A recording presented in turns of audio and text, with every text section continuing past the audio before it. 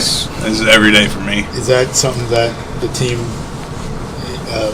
requests, that y'all kind of look professional even in class situations? This is more of grad school, so this is just kind of the dress code every day. Depending if we do events outside of it, there's certain requirements for dress. So.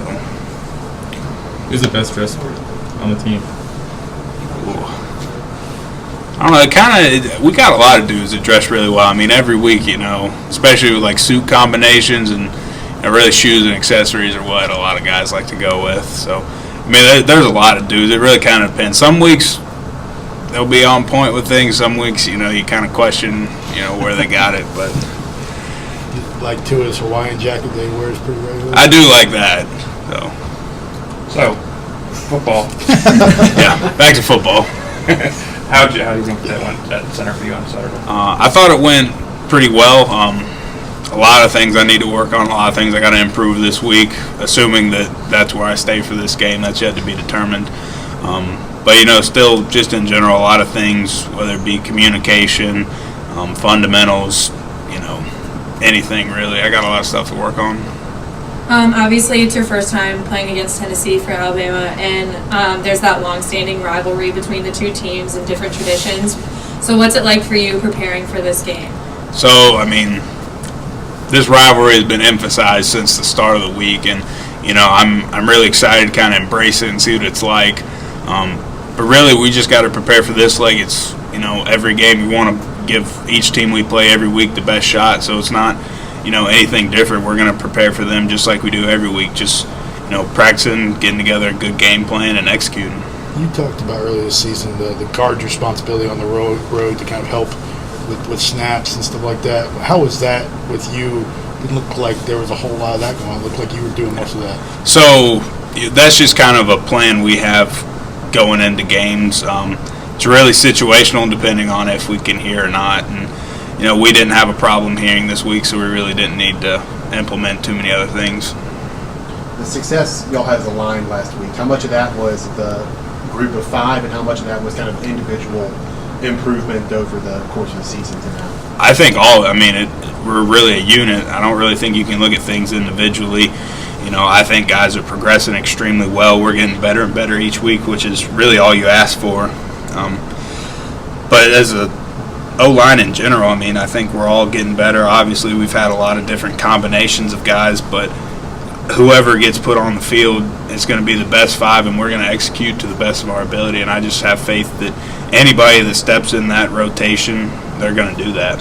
Jedrick mentioned kind of consistency and technique, where all five guys are executing the correct technique over every snap over the course of a game. Is that something you've noticed as well?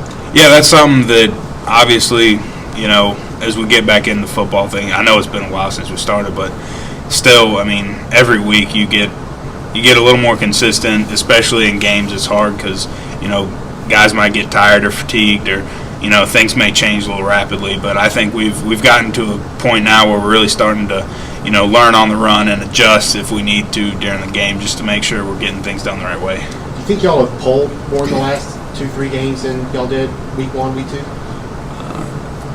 It'd be hard to say without looking at some numbers. It seems like we may have. That really comes down to the game plan that's put in place. It's whatever the coaches want to call, really. If they feel like that's going to give us the best chance to win or the best way to get a first down, or whatever we need, that's just what they're going to call. You mentioned communication. Something you want to work on. What parts of that, and how does your responsibility change from center to guard outside of just obviously snapping? It seems like you have to be aware of a lot of things.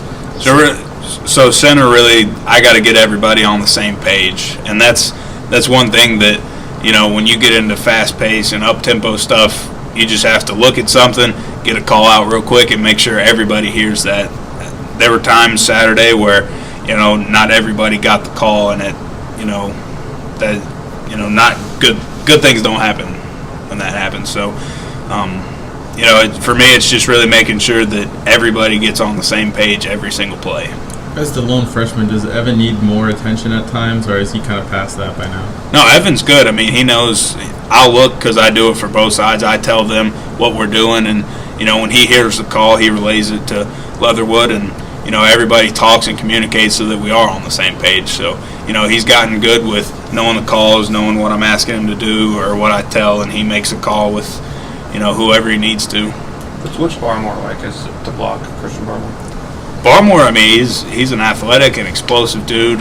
Obviously, we can see during the game he's a high energy guy, and I really appreciate that because in practice, he's going to bring it every play. So it's always fun because he's going to give you his best, so you got to give him your best. Is he a fun presence in the locker room? Oh yeah, he's a great guy in the locker room. He's funny. He's he brings a smile to everybody's face.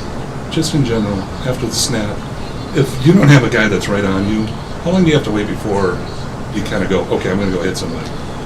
It's really not a certain amount of time. It's really situational, dependent on what the front is, what the linebackers are doing, all kinds of different stuff. But I know myself the different situations to a point where I know that I can go help another guy out. Is that primarily what you're looking for, is helping someone, or are you just looking for someone who's left alone? Or?